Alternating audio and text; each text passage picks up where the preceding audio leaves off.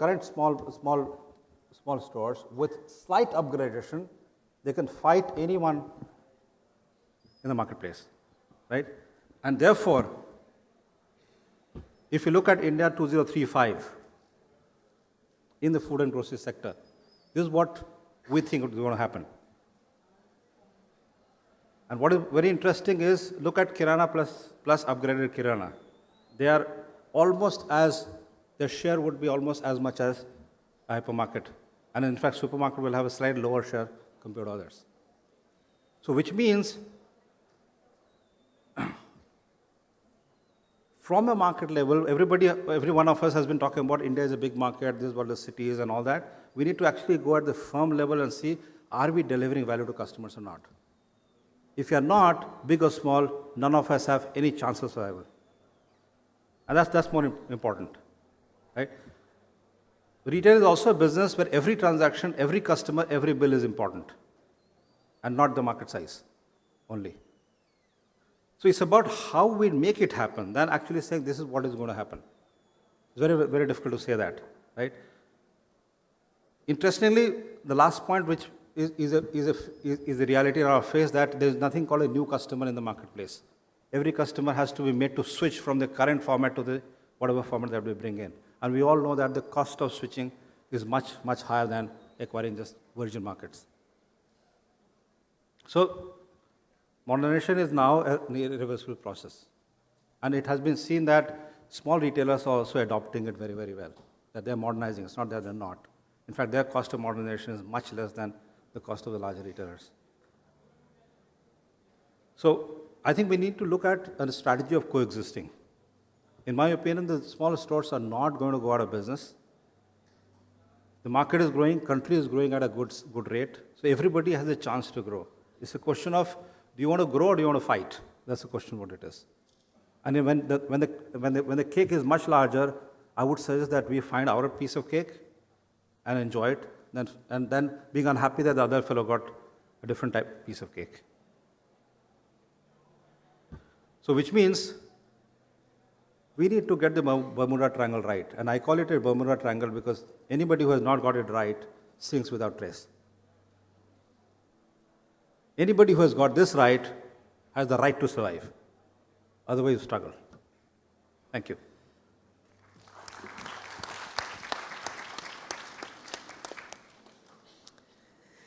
Thank you, Professor Sinha. Just for impact and emphasis and to kick off this debate, the upshot of what your findings in the first 3 or 4 slides were is that modern large retail in your sample of countries has never exceeded what, on average between 8 to 11%? That is the finding of data that you have analyzed from Euromonitor. Mr. Khandelwal, are you breathing a little easier? There's no threat according to that data. And we can contest that data on a separate platform, but I think everybody is interested in knowing what the lay of the land, politically speaking, is. And Mr. Khandelwal didn't miss the opportunity to point out that this is an executive notification and there is the risk of a denotification. Indrajit, I'm going to leave it to you to answer the trickiest question. And this is, just the lay of the land, or should we just assume for a moment that notification is here to stay?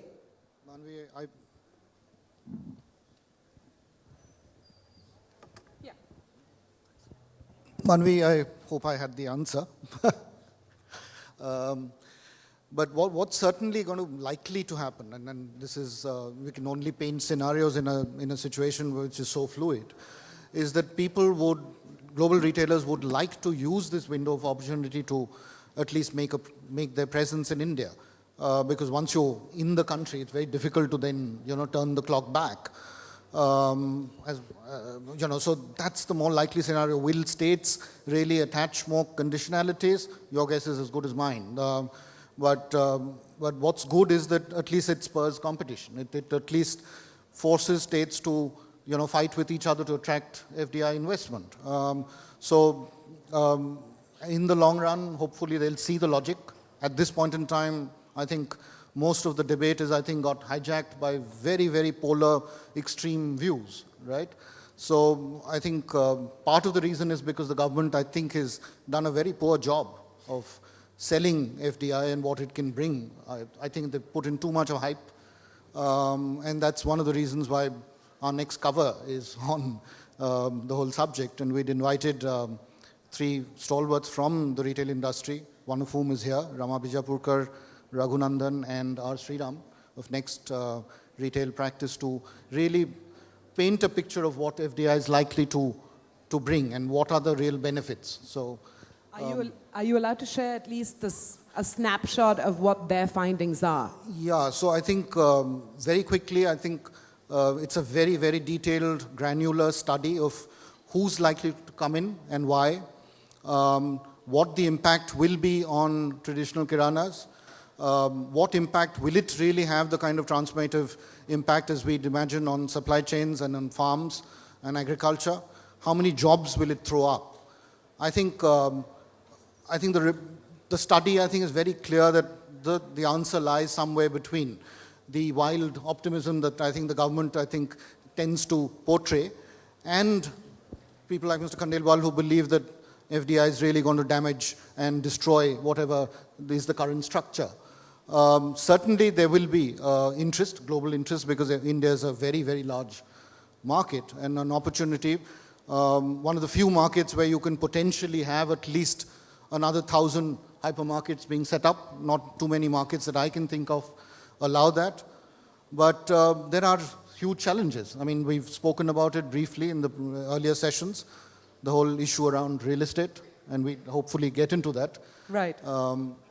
Maybe we can kind of get into more details as we move along. But before we move along to more detail, I want to go down really granular. Vikram, when we're talking about the economic and social development that accompanies modern retail, give me the McDonald's experience, and I'm not giving you a sales pitch opportunity here, but really, what have you experienced on the ground in terms of infrastructure upgradation, technology upgradation, and what we often lose sight of, which is, bringing the product to the customer at a great price? I think he just talked about the customer in his very passionate speech for his own constituency, and that's the smaller retailer. Mr. Khandelwal pointed out everything, but I think one thing that he completely forgot is the customer. He didn't think it was at all important what the customer wanted. The belief seems to be that let the status quo continue and let the customer get what he wants. The reality today is, and I think that is what one needs to understand, that the customer has changed. The customer is demanding a change. The fact that our shopkeeper today has moved from a lungi to a dhoti to a trouser is his own, reasons to do it. He wants to upgrade himself. So I think we should not lose sight of what the customer is really demanding. So while we'll all talk about the fact that retail is the last infrastructure mile for anything that's produced and manufactured, but in reality, the front end needs to showcase what it is really putting across. So, you cannot have one single box kind of a retail that has existed till now in India. So let's talk a little bit about McDonald's. When we came in, we heard the same things. There were a lot of NGOs, there were a lot of parties who did not believe that we were going to do any good. They talked a lot about microchips versus potato chips and what the hell is McDonald's going to do.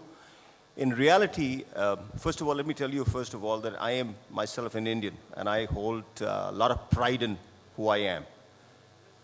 So when we went into this whole thing in terms of what we were really going to do, what you see of McDonald's actually in terms of the shop, that brightly lit restaurants, is probably just 15% of the story. 85% of the story is really what are we doing in the back end. Really, how are we managing to get that quality and that consistency day in, day out. So it meant interacting right at the level of the farmer.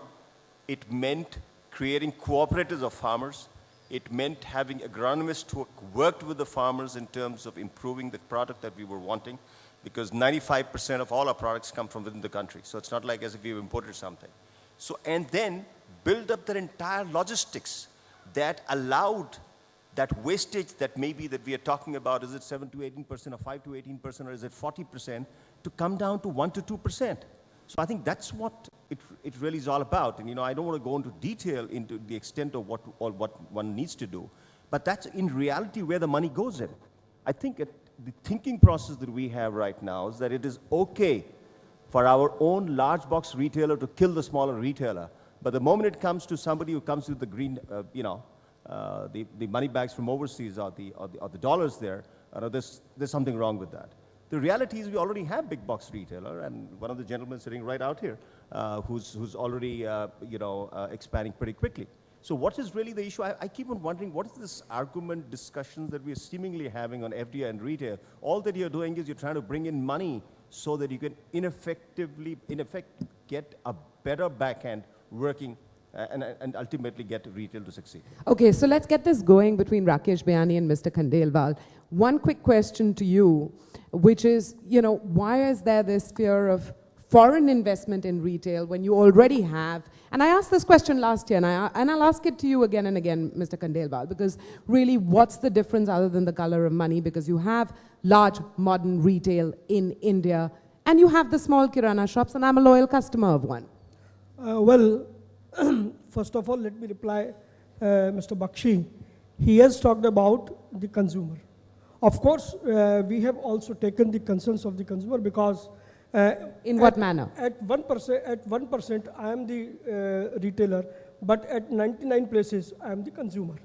So ultimately, because if you study the business model of these multinational companies, they always operate on predatory pricing policy in order to wipe out the competition and then enter into crony capitalism. And ultimately, look, I'll give you an example also. And ultimately, when they control and dominate the market, it is the consumer who is going to hit hard. Mr. Bayani was laughing when I was saying this argument. It has happened in Germany. Walmart opened a store in Germany. The people of Germany went to their government and said that they are indulging in predatory pricing policy. The government of Germany came out with an act, anti-predatory pricing policy. And the day that act was implemented, Walmart is nowhere in Germany. We have the Competition Commission to ensure that. We have the Competition Commission in place. And I am sorry to say that the chairman of the Competition Commission of India, just 2 days back, he has violated the sanctity of Competition Commission of India by favoring FDI in retail. How can we choose? Okay, so your thoughts are pretty clear on the subject. Mr. Bayani, let's refer back to that age-old question, bring it back to the table here. Really modern, large retail, what does it do for economic and social development, and why is it different for domestic, large, modern retail? Is it different? Is there any difference between the impact of foreign money and Indian money on that? There's no difference between the color of the money. Even today, a lot of the business that we run is getting some money from overseas through a wire media route or through the stock markets, etc. Just a few thoughts on Mr. Khandelwal's, and specifically related to the notification of the government, because I think it's completely misrepresented out here. In the past, FDI was permitted in India. It was only in 1998 that the government decided to ban FDI in India. During that period between 91 to 97, there were cases of FDI which happened, and they continued to operate even when FDI was not present. So the rule of the land is on the date that is applicable. So that doesn't mean the fact that, if you're not allowed, you will continue to operate in this country. And I think such kind of talks which kind of scare people with misrepresentation is not the right thing to do. Because this is a democratic country, the rule will exist. And I'm very confident also of the fact that there was another worry which talked about the fact that a state is today with a certain party, tomorrow it will be with another party. And what will happen in then? Well, again, there's the same applicability. If you have the license, you will operate in this country. There's no question about it. Nobody has been ever asked to close down businesses in this country because the rules have changed subsequently, unless there are other reasons. In fact, there is one reason which was there in today's papers. So out of those 12 million retailers that we keep referring to, 6 million of them are protesting right now, saying the fact their livelihood is at stake because there's a certain product which has got banned in many states, and the future of those retailers is at stake. So FDI is not even causing that. We need to really reflect as to what are the products that you sell. Just to complete the process, I think just in the previous session Kishore was sharing, one thing is for sure that from a $400 billion consumption, we got to move to $1 trillion. Maybe it's going to be 7 years, maybe it's going to be 10 years. The reality is we are going to add $600 billion of new consumption. How is that going to get catered to? Will it get catered through the Azadpur Mandi? Will it get catered through the Vashi APMC market? I have been to the Azadpur Mandi many a times, right? And I see the way the handling happens. Is that what the consumer is buying today? Is that what he's asking for? Such poor handling of merchandise? We've seen the Azadpur Mandi cold storage facilities. They're traps. Where's the hygiene standards being there? The consumer is moving so fast. And if it is being catered to, then why is there such a huge shortfall in the supply side? The demand has been there. The supply side shortfall is so large in this country, putting in tremendous pressure for the last 2 years in a row on inflationary prices. So I think what we need to understand is the fact that why is the government trying to do this is only to ensure the fact that our consumption story has to continue, because that's the only way our country will grow. That's the only way people will live a better life. And if that has to happen, there has to be investment which needs to happen. The government has been quite clear on the fact that there needs to be a back-end investment. It's not only about front-end. The government did try in the past. I think it was in I don't remember the year, but when the cash and carry business was opened up, 97 I think so was cash and carry business was opened up. Unfortunately, without an organized retail and front-end, nobody would invest in the back-end because there needs to be a consumption. Somebody has to be able to complete the entire process of supply chain. McDonald's has done it very successfully because they're from end to end. It's from the farmer right up to the restaurant, all following the same process to ensure that the wastage comes down to 1%. Now, and the last point on the post-harvest losses, right? Maybe the 5 to 18% kind of number. What about the supply chain losses? Yeah. The 5 to 18 is maybe what the farmer loses. There is a significant supply chain loss. With whatever limited resources that we have, with all the money that we have to use out of India, and when we go down and we try and reach out to a certain set of farmers, recently we had a case wherein we were working along with the farmers in Nagpur, and we realized the fact that the farmer is selling the orange at about 14 rupees, right? But by the time it's reaching Delhi, in about a week from thereafter, the retail price was 100. From 14 to 100, the average realization to a farmer in India is no more than 10 to 14% of the final retail price. Who is taking this money? Wastages and traders who don't do value-added activity to reduce the wastages. So they are just earning for the sake of it. I strongly believe the fact that the trader has got to be in place. It's just the fact that everybody has to do value-added activities in the process. There is no way that a dollar money is going to now go and reach out to farmers and change his life or change the way he behaves, the way he does. Only we will improve the way he does production, the way he manages his supply chain. That is where we are going to do most of the investment in. And it's important because we have limitations. If the consumption is going to keep growing, the people are earning more money out of service sectors. They become more aspirational because that's the way the life is moving.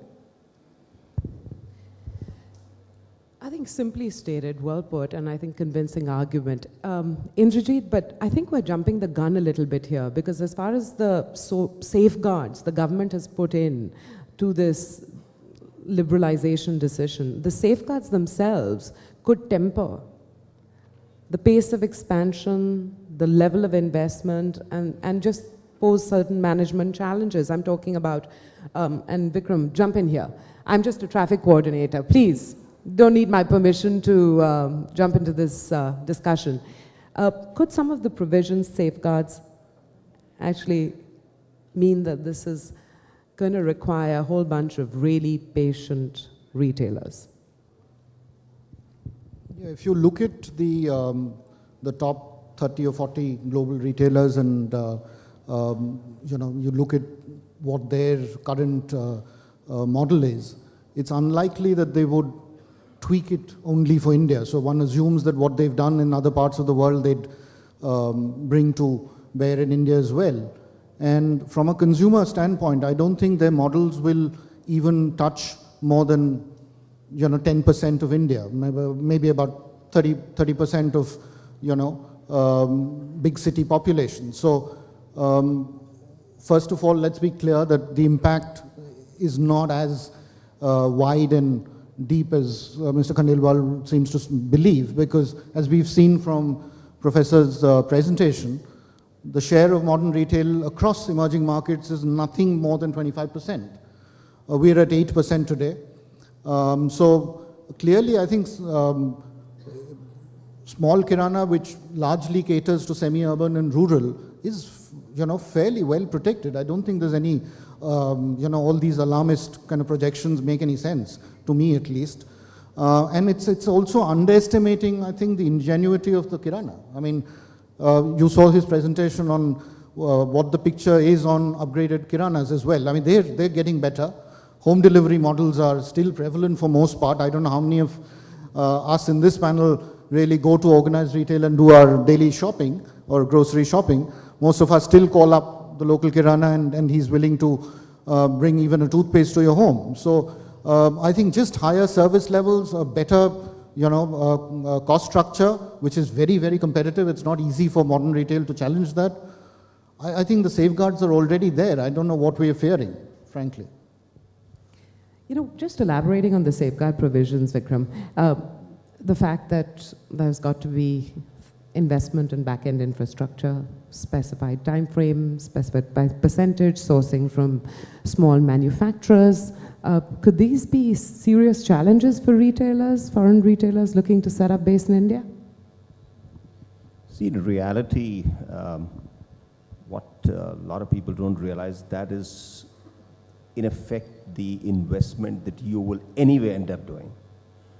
When you get forced with a number, now the whole question is, how much time do you have to make this investment? And would that investment be, if made in this short period, would it really give the return on investment? See, one of the things I'd like to bring here is that this feeling that people tend to have that these large corporations can do the kind of pricing that they can kill competition. I think a lot of it is hogwash, because what we don't realize is that these large corporations are publicly listed companies in their respective countries and have to deliver certain returns. And they're being watched a lot more closely than any one of us realizes. I mean, right up to child labor. So I'm just telling you that sometimes, these are cobwebs that we have built over a period when you tend to see a larger player come in. What a lot of people are not realizing is that if the orange is being sold at 14 rupees, as a larger retailer, you will have the capability of cutting that cost down by the time it comes to the consumer from 100 to 80 rupees easily and still have a return. So, to a normal retailer, now you're certainly saying this pricing is not right. These guys are trying to kill me. But that's not the truth. The truth is that he's built a far more efficient logistics system, which is allowing them to do that. Yes, there is a bit of a worry in the minds of a lot of retailers, and I was just mentioning to Manvi the discussion we just had with one big, large retailer who's starting to say, listen, we need to make this investment. I doubt very much this investment can be made in the short time. Can this be done with a lot of other people's needs, like, say, ours? Can we do it in common? Let the investment be made by them, and a part of the goods could also be picked up by us, because the investment is anyway being made. And, like I said before, all these companies look at return on investment finally. There's no such thing as you dump your money and go away. Nobody does that.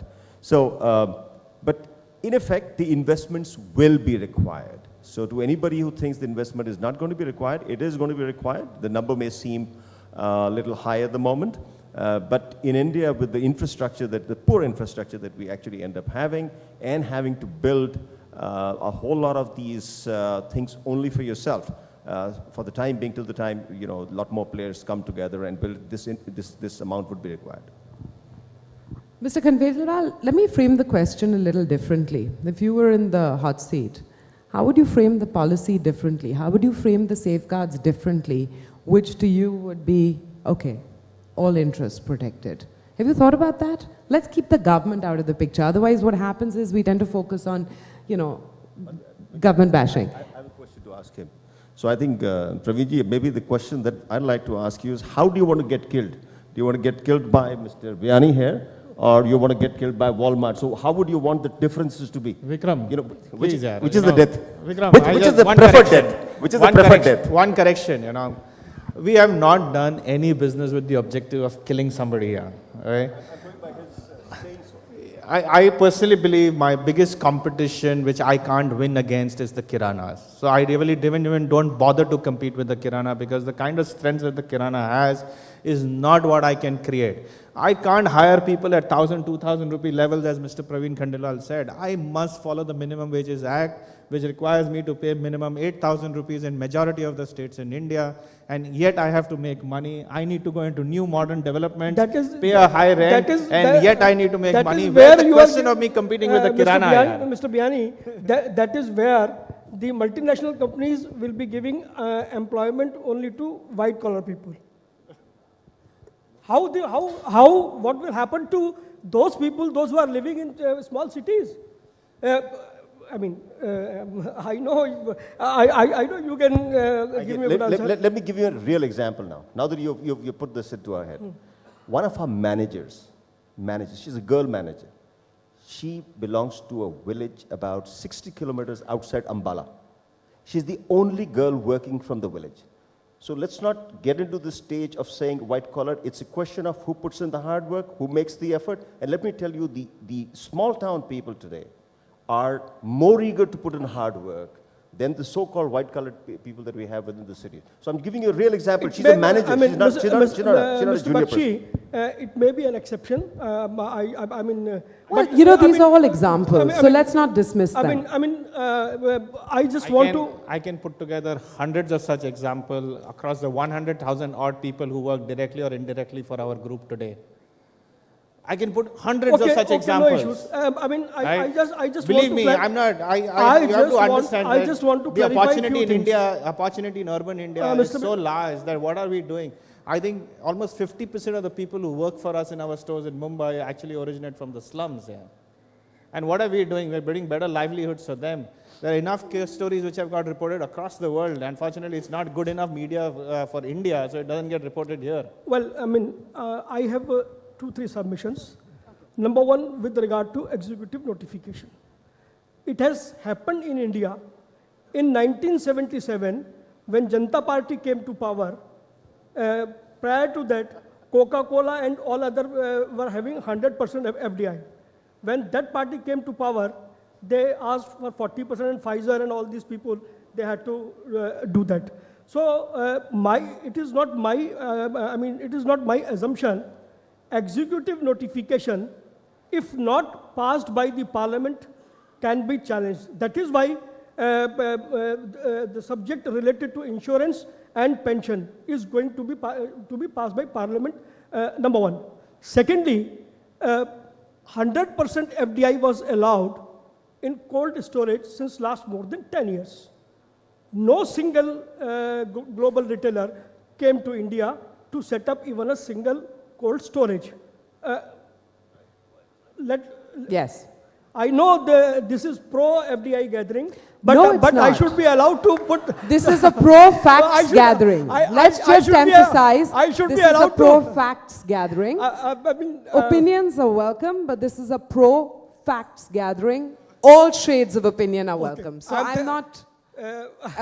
stumping you. In fact, I should be allowed to at least and we're doing that. And the second point is why? Because the multinational companies, why don't they came to India just for opening cold storage? Because from back end to front end, they want entire control and domination. Number one. He was talking about the loss of supply chain. If the existing system is having certain deficiencies, it is the government who has to put reforms, number one. If these traders are going to lose their business, because I believe Walmart, companies like Walmart are the largest and biggest middlemen over the globe. They don't have any factory.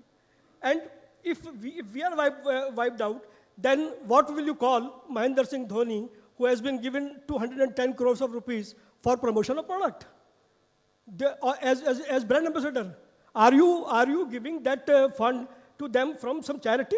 Ultimately, that 210 crore rupees will be given from the pocket of the consumer, and the new system of packaging and presenting the things in a way will have a cost involved.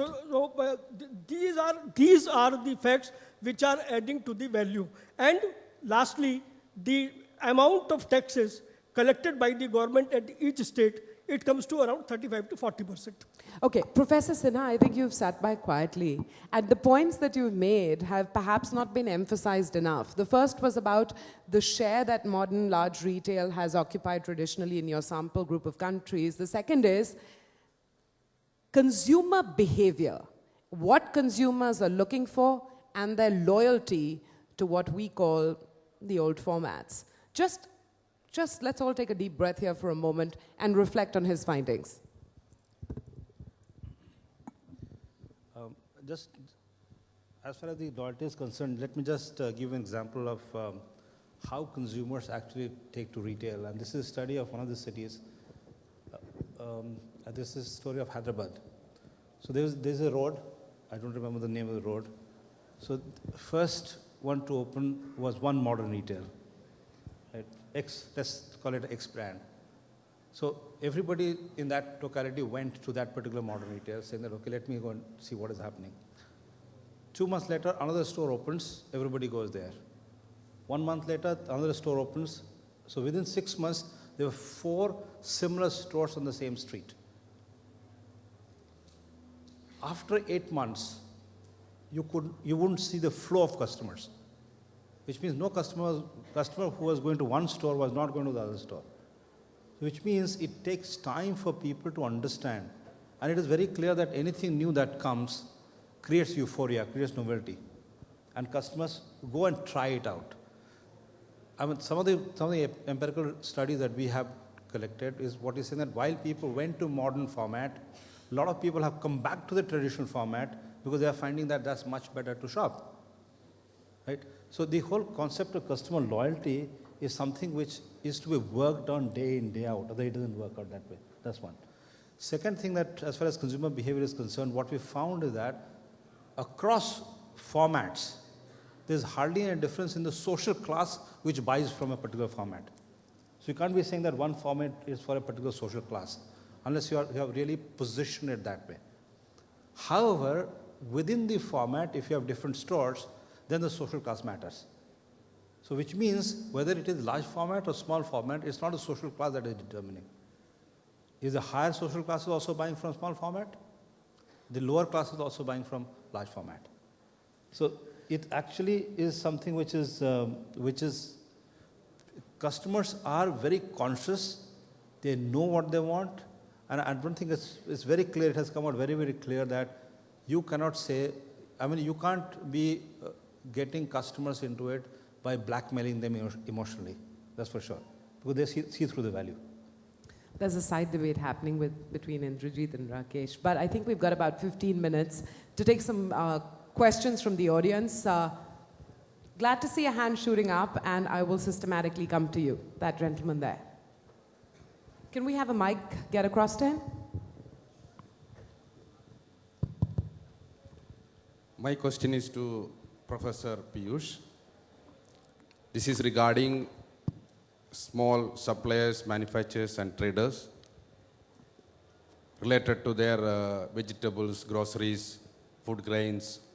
Those things are either they're labeled or they're packaged when these multinational retailers are entering into Indian market. See, the Kirana stores are not able to label or branded.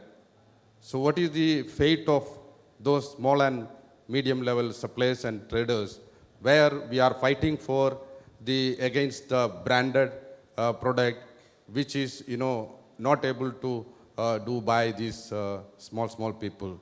So how can we help them to fight the brand versus the non-brand in the store? Okay, yeah. I think if you ask me frankly, what is happening is that with time, your customers are getting more demanding. That's about it. And you'll find that once you start supplying, and once I have upped my quality, it is not restricted to only one kind of store. That product goes to the small stores also. So in a way, everybody starts bringing that product in. And in fact, with the stores coming in, there's a huge potential for small stores to sell to each one of them with different value. And that's the biggest point. And in my opinion, these SMEs hold the key to this country. One of the biggest advantages that SMEs have that you don't have the power, you don't have the worry of large volumes. Therefore, can you therefore create value for each of these segments separately? And it's not just about product or packaging. It could be anything that you bring in. And it's not just about pricing. So I need to be, again, what we are saying that we are trying to sell to different customers with the same strategy. That doesn't happen. That's not what business is all about. So which means if we are selling to different customers, we need to find our own way of doing it. And it's very clear, if you don't add value over time, every customer rejects, whether it is the retailer or the final customer. So I need to keep pace with time, that's for sure. Just wanted to add something to a whole lot of us who probably feel we are evolved customers, including myself. But in all honesty, I must admit that even today, I would say in a period of a month, I would at best go once to a large big box retailer. We are still glued to our local Kirana shop. It's a place called Malik Brothers. And why are we glued to him? Because he's also upgraded himself. He's made sure he has a lot more variety. I don't know how he stuffs it in that small shop. It's just unbelievable what he can do. And I think there's a lot to learn from our big box retailers out here to see how you can create such a large variety and have it in such a small area. But far more importantly, he gives you regular calls to tell you that your favorite product has come, which is not what you're going to get from a big box retailer. So I think there's a very clear niche of these smaller retailers. Not only will they subsist, I believe they'll thrive in the end, because they will learn, also see what some of the big box retailers are doing, wrong maybe, right? And continue to do some of the things that they're doing right. So I think there is, in all fairness to Mr. Khandelwal, I am with him, because ultimately by the end of the day, we must protect the small retailer. It should not happen in any way that by the advent of, is it FDI or is it a big box retailer, that the smaller retailer dies out. In fact, we want him to upgrade himself, because to us, individually, as people who live in a certain neighborhood, that neighborhood Kirana store is the most important person. And we surely don't want him to go and suddenly start driving 5 kilometers outside just to pick up our daily needs.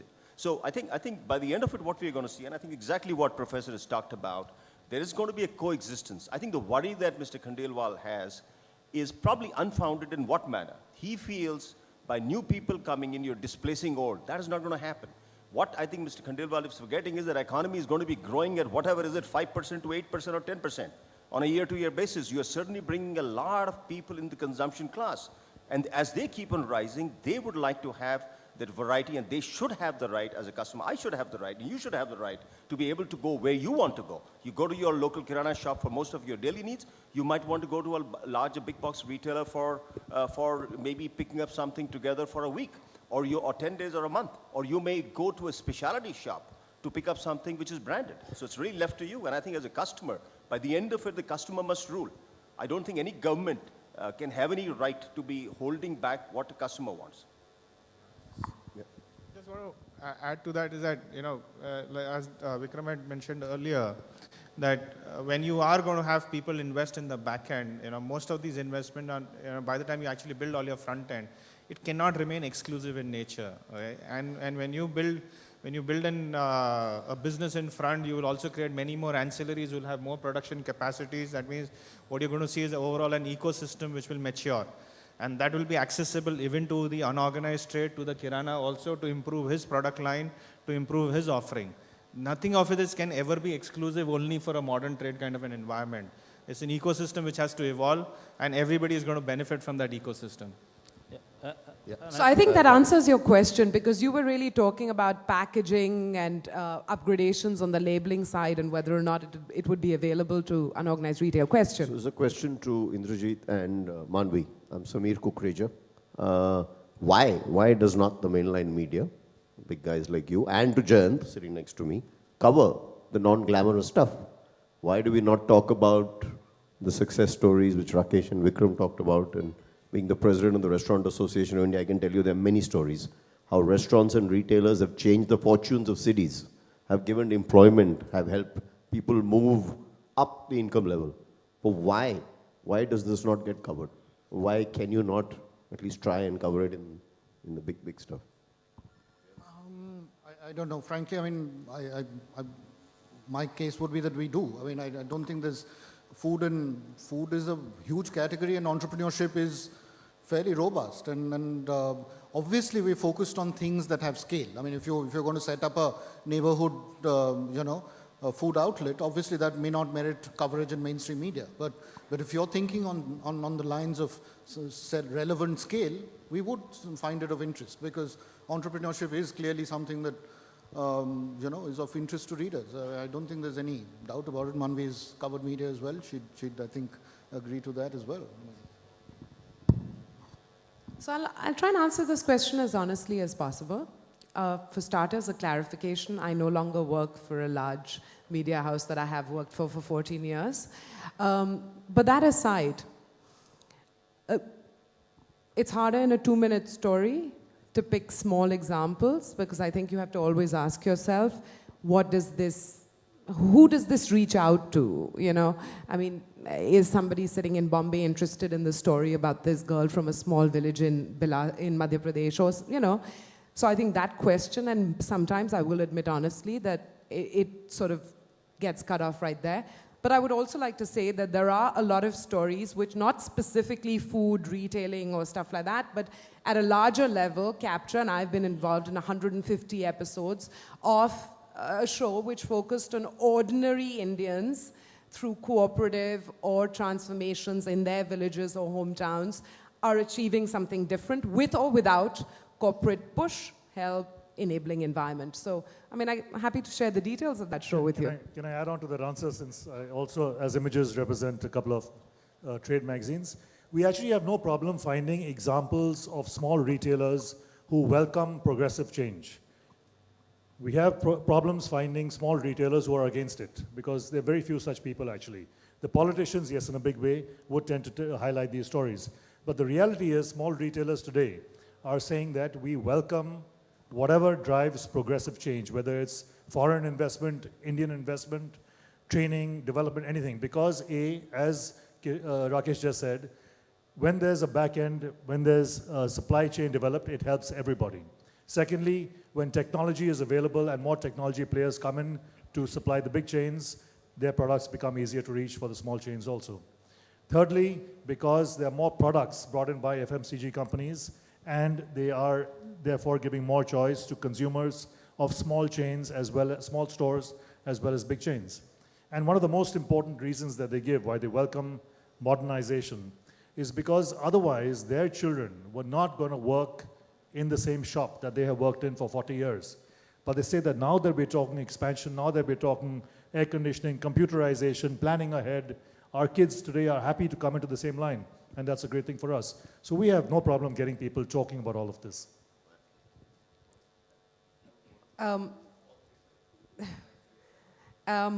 We're not being defensive. But I have to admit one thing, Sameer, that, if you notice, the format for primetime television has become debate-oriented, right? So the moment it's debate-oriented, there are certain talking heads. And automatically that squeezes out airtime for individual, visual-led stories and coverage of the kind that you were referring to. And that is a format model right now. It's a format problem. The other thing I wanted to say, to add on to what Jayant said, Malik stores, small time, small, what we call Kirana store, diversified, has a daytime sort of bar type thing for his sons to run. Manvi, I have a question which is boggling my mind. If government is so worried about the consumer, why it has banned FDI in e-commerce. In e-commerce, it is very easy for the people to get goods at their doorstep, their own choice, whatever they can choose. But why the government put restrictions on FDI in e-commerce? I'm not a representative of the government of India, but Mr. Bayani will give us some insights. Neither do I work for the government of India. But of course, we had an opportunity to raise this question just last week to a very senior person in the government. And what the government did say is the fact that it seems to be a printing error there. There seems to be clearly a case wherein. So, and since Mr. Khandelwal is in support finally, so loud cheers for him, and that we will do at least on e-commerce side. I have been taken on a wrong feed by my friend Mr. Bayani, and he has an authority to do it because he is the big brother. We are the small brothers with limited means. 100%, I can assure you that we will leave no stone unturned in getting this notification withdrawn. Because of the simple reason, because this is not the proper platform, we have ample evidence, examples of various countries where the traders, the small retailers were the victims. The consumer was the victim. And I request this forum, let we have an open debate with facts and figures. You have facts and figures, we have facts and figures. Let us understand who is on the wrong side. This,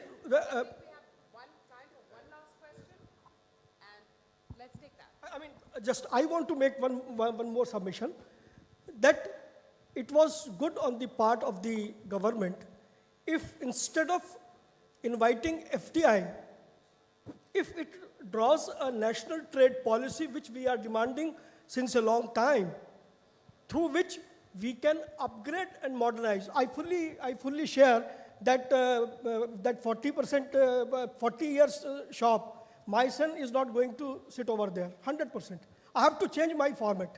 So let government of India should come out with a policy to allow restructuring and modernizing of retail trade. In fact, we had submitted to the government to come out with a small and medium retailers act, under which we should be allowed to have a coalition of 20 shops or 30 shops or 40 shops like that. But unfortunately, the concrete suggestions are never heard by the government. Yes, please go ahead and ask your question. I wanted to direct my question to Vikram and Mr. Bayani. All this politicized debate about FDI in retail, what is your reaction to the submission that that's potentially entirely the wrong issue, and perhaps a bigger game changer for organized retail might be sorting out the indirect tax inefficiency that prevails with the service tax on rent, but no corresponding offset? And a follow-on question to Vikram, given FDI has been open in the restaurant industry for quite a long period and doesn't seem to have made much impact there, why should we believe it would have any impact in the rest of organized retail? Thank you. Well, I think you got a very valid point that there is a need to move towards a better indirect tax system. And I think the way I look at it is the fact that this is a country in transition as far as indirect tax systems go. We've created a roadmap. As usual, in a democratic environment, building consensus takes a lot of time. But the roadmap is getting implemented almost every single year. Last budget was the direction towards service tax and negative list. And it's only a matter of time now. The infrastructure is in place. We should move to a GST, which is a game-changing scenario. I'm sure it would address some of the kind of national trade policy because it basically addresses trade. It removes distortion on trade, makes it easier. Looks like confidently the fact that, so with support from all parties, of course, because it's a big change, GST could be a reality very soon, and it would be a very, very big impact across the board. On FDI, especially on the restaurant side, it's not going to make any difference whatsoever. The only thing that it will actually help because we believe that a lot of the big box retailers, especially where the large investments are going to be done now in the back end, we could ride with them. We could share costs with them. Right now, the entire cost of logistics in the back end is entirely ours. So I'm sure what is going to happen is that when these logistics are built up or these warehouses are built up, we would be able to get benefit of all that and actually reduce costs overall. I think that's what my belief is. But one line that I wanted to say, because I think the time has come as Indians that we stop worrying about who we were or what kind of country we were. I think we are a very confident India today. It doesn't scare me if somebody who is more knowledgeable, has got better systems, better processes, comes across, because our belief is that we're intelligent enough to absorb, adapt, and probably create a unique model of our own, and not only survive but thrive with that model. So I think the time has come where we should stop becoming the reluctant groom. I mean, too long we have had become a reluctant groom, and waited or just expected people to come at our door without really offering them anything. I think we have to give them access to our markets. It's only then they are going to come. And what they will bring is what we need to absorb. We need to adapt. We need to then bring about the right unique model that will make a very successful model for Indians. We are all out of time. Just 1 minute. I want to support Mr. Biani. At least on one point, Mr. Biani and me, we are agreeable. In agreement. We are agreeable on GST.